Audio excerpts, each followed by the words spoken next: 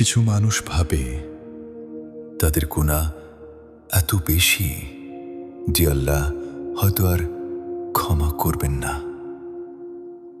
কিন্তু সত্যটা হলো আল্লাহ সবচেয়ে বেশি ভালোবাসেন সেই বান্দাকে যে হারিয়ে গিয়েও আবার ফিরে আসে তার রবের কাছে। আর হয়তো আজ রাতটাই সেই রাত যখন তুমি আল্লাহর কাছে ফিরে আসবে।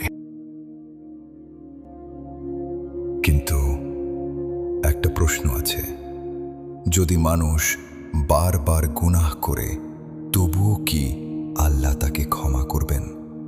একজন মানুষ কতবার তওবা করতে পারে, আর আল্লাহ কি সত্যি প্রতিবার তাকে গ্রহণ করেন? ভাবো তো, যদি উত্তরটা তোমার জীবনটাই বদলে দেয়। কুরআনে আল্লাহ বলেন, হে আমার বান্দারা, যারা নিজেদের উপর সীমা লঙ্ঘন করেছ, তোমরা আল্লাহর রহমত থেকে নিরাশ হয়ো না। নিশ্চয়ই আল্লাহ সব গুনাহ ক্ষমা করেন। এই আয়াত শুধু আশা নয়, এটা আল্লাহর প্রতিশ্রুতি। রাসূল সাল্লাল্লাহু আলাইহি ওয়াসাল্লাম আমাদের এমন এক গল্প বলেছেন। এক ব্যক্তি ছিল যে ৯৯ জন মানুষকে হত্যা করেছিল। হ্যাঁ, ৯৯ জন। তারপরও সে ক্ষমা পেতে চাইল। সে জিজ্ঞেস করল, আমার জন্য কি তওবার দরজা আছে? একজন আলেম বললেন, হ্যাঁ, আল্লাহর রহমতের দরজা সব সময় খোলা।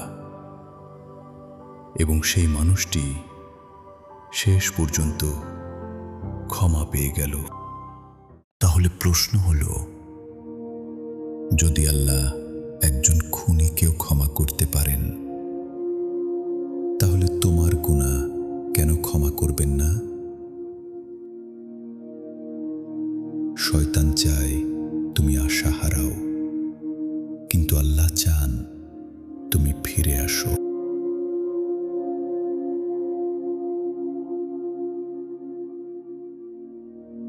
তাই আজ রাতে